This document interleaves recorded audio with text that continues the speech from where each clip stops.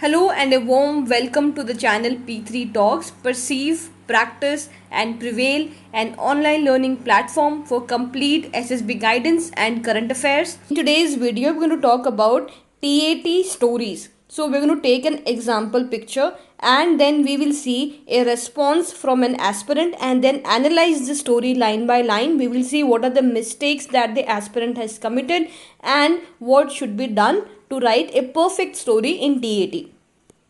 Before we move forward, you should know about TAT. So I've made a video on this. You can find the link of this particular video in the description box. For this also, we have taken two example pictures और हमने देखे थे कि aspirants ने क्या response किए हैं and हमने line by line in stories का एनालिसिस किया है. अगर आपने अभी तक इन पे स्टोरीज नहीं लिखे हैं तो आप लिख सकते हैं, या तो आप इंस्टाग्राम हैंडल पे सेंड कर दीजिए पर्सनली, या फिर आप यूट्यूब कमेंट बॉक्स में भी इसको डाल सकते हैं. इस पर्टिकुलर वीडियो का लिंक आपको डिस्क्रिप्शन बॉक्स में मिल जाएगा. So the example picture for today's video is this. आप वीडियो को 30 सेकेंड्स के लिए पॉज करिए एंड ट्राई एंड एनालाइज कि क्या पिक्चर में आपको दिख रहा है, कितने कैरेक्टर्स है, क्या मूड है, and then think of a good theme for the picture. Before we start the analysis of the story written by an aspirant, you should always remember that in psychology test, no response is right or wrong. It always depends on your perception. I am just going to tell you just a better way to write your stories. Let's see the story written by an aspirant, जिसका analysis हम इस video में करने वाले हैं. Ramdas is a 70-year-old. He was a social worker. He awared the villages to remove the illiteracy, child labor, and many of the untouchable acts. In days, earthquake hit his village, and many of the houses and land cultivated was broken and fell down. Many of the people were screaming and ran away here and there. The villagers couldn't understand the situation. They only helped their own family members. No one came out to help other people.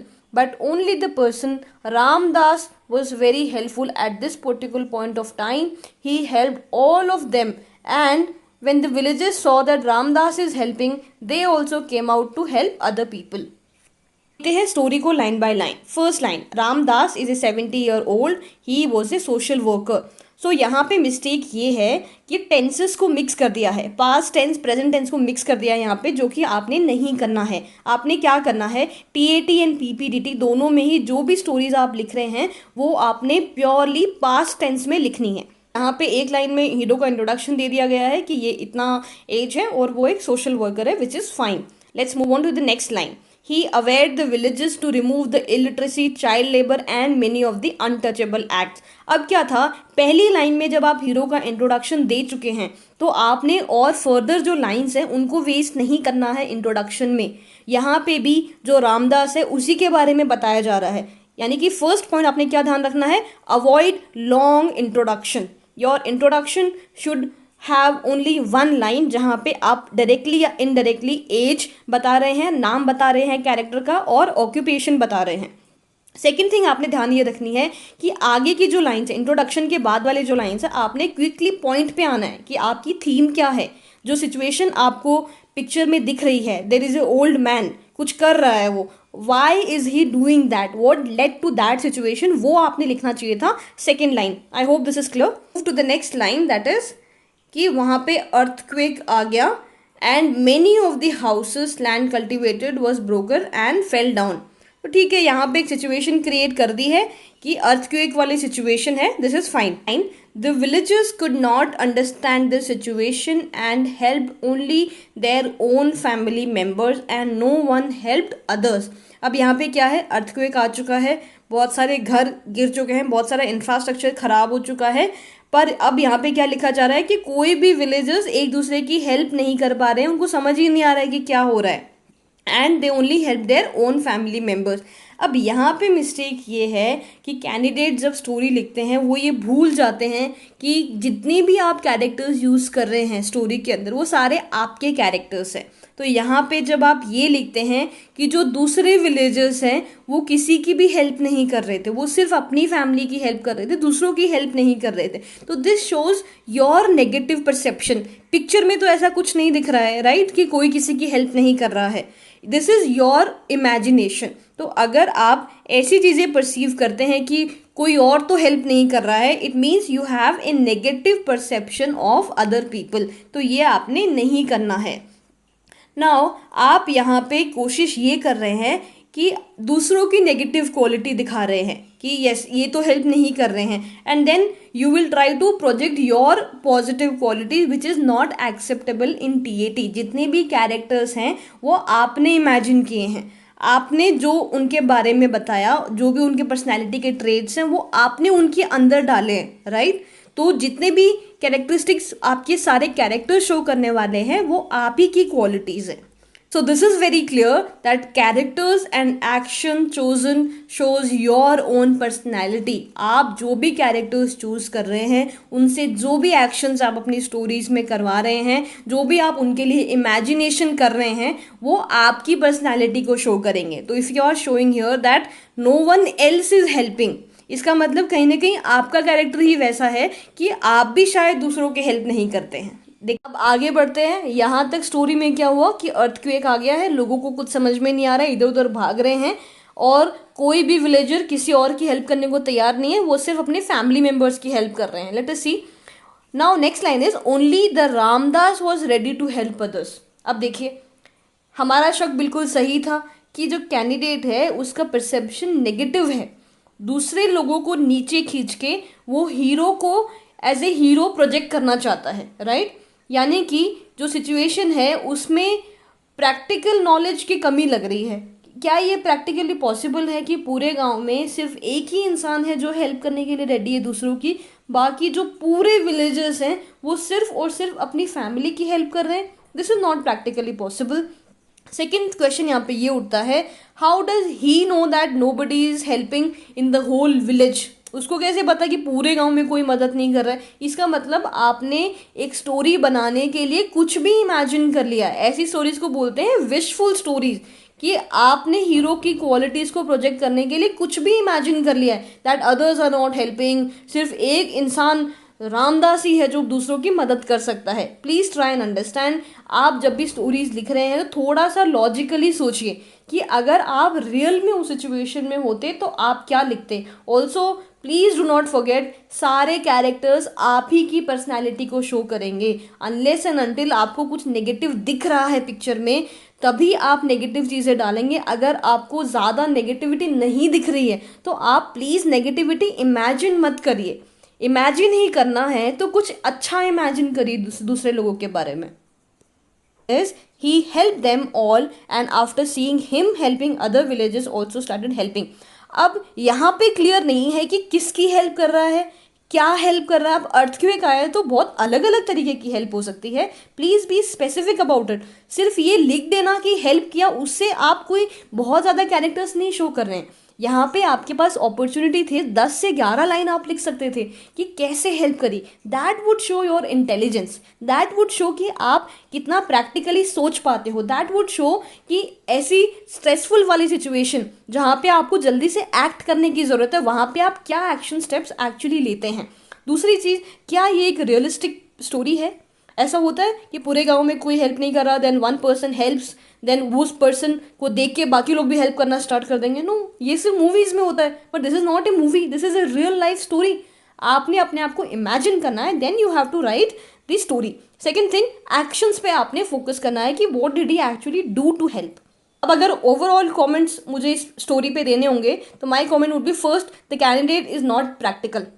वो अपने imagination में जानबूझ के ऐसी चीज़ें imagine करता है जिससे कि वो अपने आप को एज ए हीरो प्रोजेक्ट करे. बाकी लोगों के बारे में ही इज़ नॉट थिंकिंग. तो उसी की वजह से कहीं ना कहीं वो नेगेटिव परसेप्शन है दूसरे लोगों को लेके. एंड तीसरी चीज़ ये भी हो सकती है कि ये रियल में हो सकता है ये जो कैंडिडेट है बहुत हेल्पफुल हो, but because he was wrongly coached, उसको किसी ने गलत ही बता दिया कि आपने हीरो की सारी क्वालिटीज़ प्रोजेक्ट करनी है किसी भी तरीके से. That's why he is writing this. तो he is just trying to seek the attention of the psychologist somehow. Okay. Third thing is, ये जो स्टोरी है ये एक प्रॉब्लम ओरिएंटेड स्टोरी है. आपने स्टोरीज बनानी कैसे होती है? Solution oriented. यानी कि एक सिचुएशन है, एक प्रॉब्लम है स्टोरी में, उसको आपने स्टार्टिंग में एड्रेस करना है एंड देन आपने उसको सॉल्व करने के लिए क्या किया. नाउ इस स्टोरी में अगर मैं आपसे पूछूं कि कैंडिडेट ने कितने स्टेप्स लिए इस प्रॉब्लम को सॉल्व करने के लिए, you would say just one. एक लाइन लिखी है कि ही हेल्प अदर्स। हेल्प में क्या किया, कैसे किया, नोबडी नोज। आपकी अगर आप ये सब लिखते कि उसने कैसे हेल्प किया, तो आपकी इतनी सारी क्वालिटीज आप शो कर सकते थे, अपने कोऑपरेशन की qualities, organizing ability, helping others, practical mind, आप बहुत कुछ शो कर सकते थे if you would have written the action steps. Last thing, इस स्टोरी का कोई भी फाइनल आउटकम नहीं है।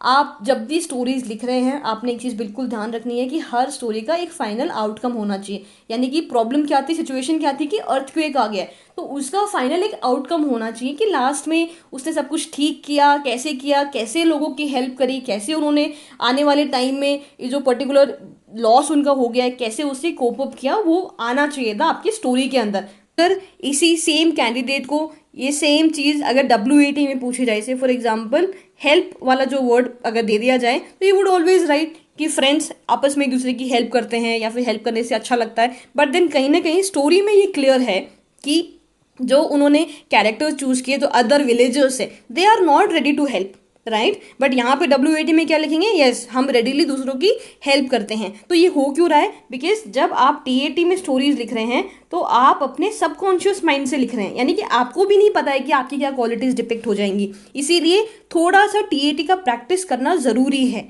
आपने रियलिस्टिक और प्रैक्टिकल होके सोचना है। WAT में on the other hand it becomes little simpler, because आप थोड़े कॉन्शियस हो जाते हैं कि यस हेल्प वर्ड है तो मुझे कुछ पॉजिटिव ही बनाना है।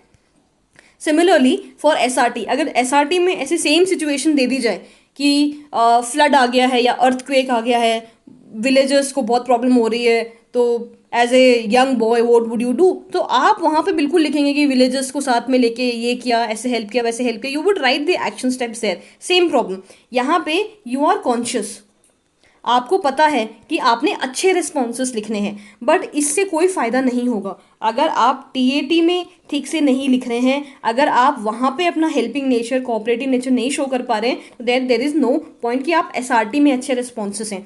अगर TAT में आपको अच्छे रिस्पॉन्सेस लिखने हैं, तो in your real life you will have to make changes in your personality. आपको अगर लगता है कि हेल्पिंग नेचर एक अच्छा नेचर है, ऐसे लोगों को बाकी लोग अप्रिशिएट करते हैं, और आपको लगता है कि आप ऐसी स्टोरीज बनाना चाहते हैं, तो be more helpful in your real life as well.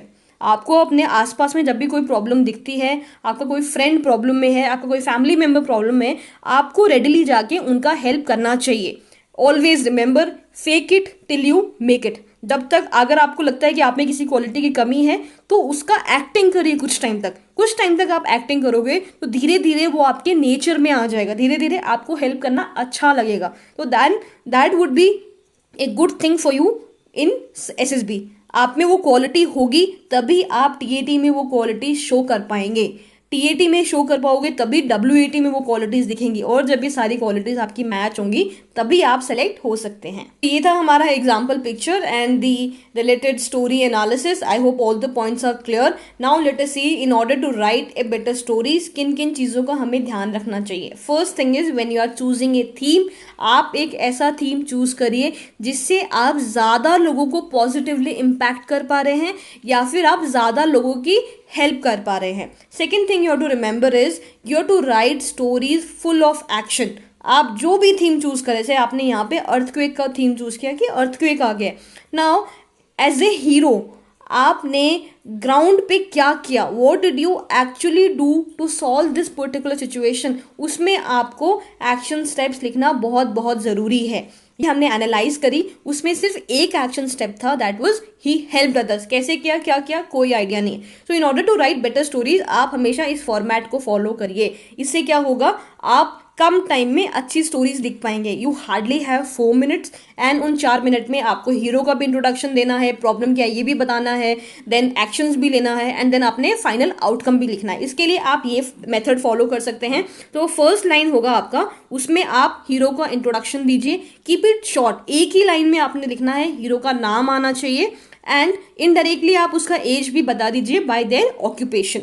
Second thing, जो नेक्स्ट 2 लाइन्स हैं उसमें आपने सिचुएशन के बारे में बताना है कि जो पिक्चर में जो सिचुएशन दिख रही है, एक ओल्ड मैन है, उसके हाथ में एक लकड़ी और पीछे कुछ तहस नहस हो रखी हैं चीज़ें, ये क्यों हुआ, what led to the situation, this should not take more than 2 line, 2 line से ज़्यादा आपने यहाँ पे बिल्कुल वेस्ट नहीं करने हैं, बिकॉज रिमेंबर अगर आप ज़्यादा टाइम यहाँ पे लगा देंगे तो आपके पास सोल्यूशन लिखने का टाइम ही नहीं होगा या फिर आपके पास स्पेस नहीं होगा। तो बी क्लियर कि फर्स्ट 3 लाइन्स में आपका introduction and what led to the situation, situation यानी कि जो पिक्चर में आपको दिख रहा है ये क्यों हुआ। थर्ड थिंग इज नेक्स्ट जो 6 लाइन्स हैं उसमें आपने एक्शन स्टेप्स लिखने हैं कि as a hero what did he actually do to solve this situation, उसने ग्राउंड वर्क क्या किया, रियल में उसने क्या किया। ये आप तब लिख पाएंगे जब आप फिजिकली एंड मेंटली अपने आप को उस सिचुएशन में इमेजिन कर पाएंगे, and then you will be able to write all the 6 steps. ये 6 स्टेप आप लिखेंगे तो आपकी काफ़ी सारी क्वालिटीज़ यहाँ पे दिखेंगी। फोर्थ थिंग इज जो लास्ट के 2 लाइन है इसमें आपने फाइनल आउटकम लिखना है, एंड दिस फाइनल आउटकम ये आपका सिचुएशन से मैच होना चाहिए कि प्रॉब्लम क्या है या सिचुएशन क्या है और फाइनल आउटकम क्या है। दिस शुड डेफिनेटली मैच कि लास्ट में ये उसने सॉल्व कर दिया, ही फेल्ट सेटिस्फाइड, ये सारी चीज़ें आप ये लिखिए। फाइनल आउटकम क्या था plus how was the feeling, तो ये लिखेंगे आप 2 लाइन में। इस तरीके से आप एक फुल फ्लेजेड स्टोरी लिख पाएंगे। Late us see the second point. आपने एक सिंगल थीम चूज करनी है हीरो के लिए, एक सिंगल थीम चूज करिए कि अर्थक्वेक है तो अर्थक्वेक। आप यहाँ पे सारी चीज़ें मत लिखिए कि इलिटरेसी भी सॉल्व कर रहा है और चाइल्ड लेबर भी सॉल्व कर रहा है, अनटचेबल वाले एक्ट को भी सॉल्व कर रहा है, तो don't do that. Just pick up a single theme, क्योंकि आपके पास इतना टाइम नहीं है वहाँ पे, तो and which it will also show your clarity of mind कि हाँ एक थीम चूज किया है, उस थीम को आप एंड तक सॉल्व करिए। तो next point, don't try to show the characters other than the hero as negative. आपने हीरो के बारे में तो सबको पता है कि हीरो आपने पॉजिटिव दिखाना दिस एंड दैट, बट जो दूसरे कैरेक्टर्स हैं उनको भी आप प्लीज नेगेटिव मत शो करिए अगर वो एविडेंट नहीं है पिक्चर से। पिक्चर में आपको नहीं दिख रहा है कि वो नेगेटिव है, please don't make them negative intentionally to show your hero as a super hero. I hope this is clear.